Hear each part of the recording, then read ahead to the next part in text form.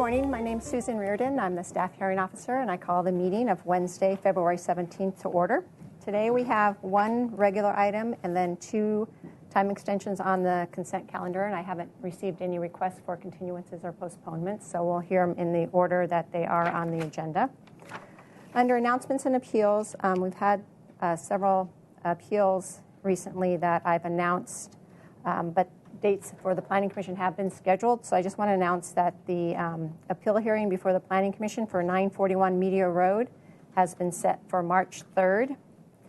The appeal hearing for 1417 San Miguel Avenue, which is an appeal of a front setback modification, that's been set for March 10th.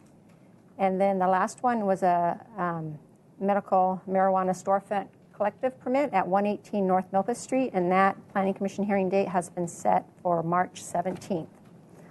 Other than that, I don't have any other announcements or appeals. Is there anyone in the audience who would like to address the staff hearing officer on items not on today's agenda? Seeing no one, I'll go to the consent items, and typically I do waive the staff reports or the staff presentation for the consent items. The two projects that are on the consent is 1714 through 1744 State Street. It's a request for, 3714, 3744 State Street. It's a request for a one-year time extension for a tentative subdivision map that was approved by the Planning Commission back in, 2012? 14? 14, okay. It's supposed to expire this April, and there's a one-year time extension.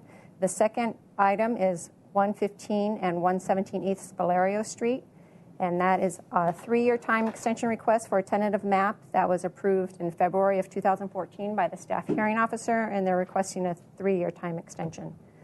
I do have questions on the second one, so I'll do the first one first.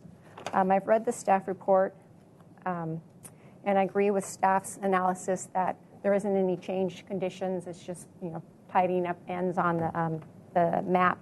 And there's no changes to our general plan or zoning ordinance that will affect the consistency of the map with those documents. So I can approve your request for the one-year time extension. In regards to 115 and 117 East Valerio Street, is the applicant here? Okay, I do have some questions for you. You've requested a 3-year time extension. Mm-hmm. And as you may be aware, we're in the process of updating our zoning ordinance, and we're scheduled to be adopting that in 2017. So I just wanted to hear from you why the full 3 years is necessary. I'm hesitant to grant the full 3 years since we are in the process of making changes to our zoning ordinance. And so just want to hear from you. What are the changes to the zoning ordinance that would affect this project? Since we're in the early stages of it, we don't know for sure right now. There may be no changes that would substantially affect it, but I can't tell you at this time, so I would be hesitant to grant the full 3 years. I could grant a 2-year extension and then come back if needed for the other year. But what? That would probably work. I just asked for the 3 years because it was the most allowed time. Okay. And since this project's kind of been dragging on for a while, I thought we might need all 3 years.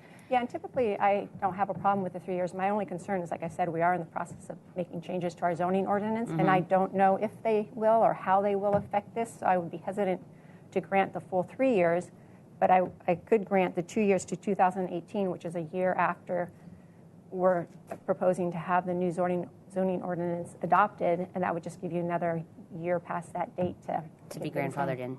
Yeah.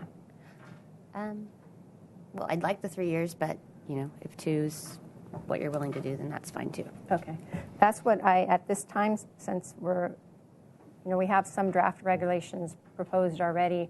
I couldn't do the full 3 years, so I could grant a 2-year time extension. So your new expiration would be February 19th of 2018. Okay, so with that, I approve the 2 requests for time extensions to the new dates that I indicated, and this action is not appealable. It's final today. Okay, right. Thank you very much. Thank you, sure.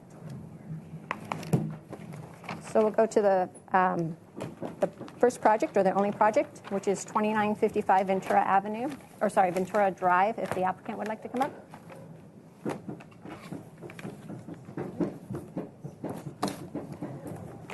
Good morning. Hello. I'm Robert Foley, and this is Jeff London, the owner. Okay. Joanne will first give a brief presentation, and then I'll see if you guys have anything you want to follow up on, and then we can go from there. Okay. Okay. Thanks.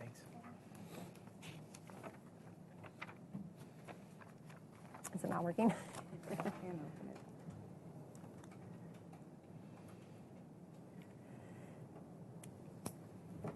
you go. Good to go. Okay. Morning. Good morning. Joanne LaConte, Assistant Planner. This property is zoned. I think it's on upside down. This is where I usually put it. Yeah, there you go. There. This property is zoned E3, and it's a 7,345 square foot lot. Current development on site consists of a one-story, 894 square foot single-family dwelling with an attached 220 square foot one-car garage. The proposed project is to construct 447 square feet of one-story additions with new openings.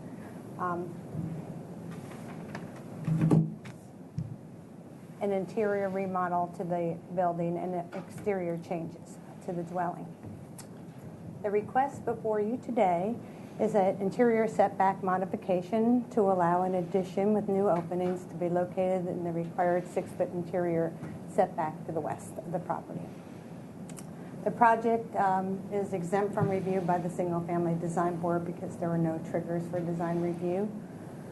So the existing dwelling is legal nonconforming to the west interior setback along here, as it is located 5 feet from the west interior property line instead of the 6 feet required. The proposed addition is proposed to be located 5 feet from the property line, in line with the existing dwelling. It proposes 2 new windows in the required setback. Staff is supportive of the request because the addition will follow the line of the existing dwelling, and because the 2 new windows are not anticipated to adversely impact the neighbor. They're one-story windows. They are screened by a 6-foot, approximate 5-foot high wood fence along the property line. The other information that I want to point out is the property is non-conforming to parking, with 1 covered parking space in the garage. 2 covered parking spaces are required, but it is legal non-conforming, and as less than 50% of additions are proposed to the dwelling, it may remain with 1 covered parking space.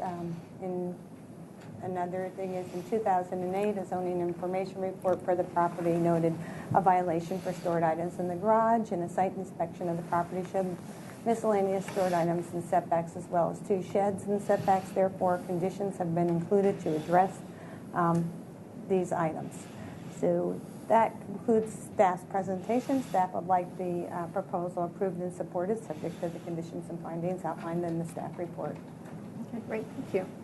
Did you have any additional information you wanted to add? No, but I'm here to answer any questions if you have anything. Okay, great. Thank you. So I think first I'll open the public hearing, but there's no one here. So have we received any letters or emails? No, we have not. Okay, so I'll close the public hearing. I did go out to the site and did a site visit, and I met probably your wife, and she showed me Correct. around. And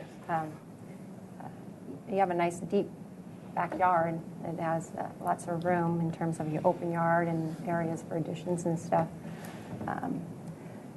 However, given the deep backyard, sometimes that would facilitate an addition that can conform to the zoning ordinance. But in your instance, you do have an existing situation where there's a house that already encroaches into the setback. It's just 1 foot into the setback. It was zoned a different zoning designation back then, and your request was just to do a uniform extension of that wall.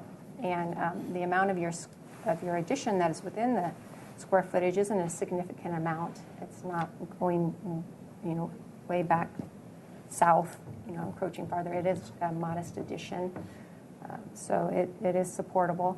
Sometimes there's concerns regarding new windows within the interior setback and what kind of nuisance type things that can happen or have to your neighbors.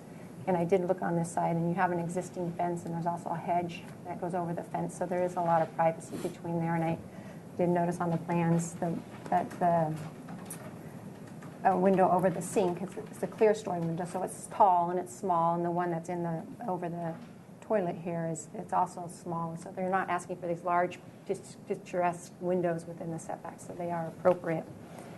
So given all that, I can make the findings outlined in the staff report, and like Joanne said, staff's proposing some conditions, and you've reviewed the conditions and you understand them and agree with them? Okay. Yes. So I can make the findings outlined in the staff report and approve your project subject to the conditions of approval contained within the report, and I don't believe I need to add any additional conditions to it. So I'll approve your project, and my action is appealable to the Planning Commission within 10 calendar days, and they also have oversight of all my actions. And if they felt this warranted additional discussion before them, they could call it up during that same 10-day review period, and if either of those would occur, Joanne would contact you. Okay? Great. Go ahead. Can I ask a question? Sure. It's probably more of a question for you. But, do I have to wait to submit to building department until after those 10 days? Or can I submit now? You could submit at your own risk, but the permit can't be issued until after the appeal period has been.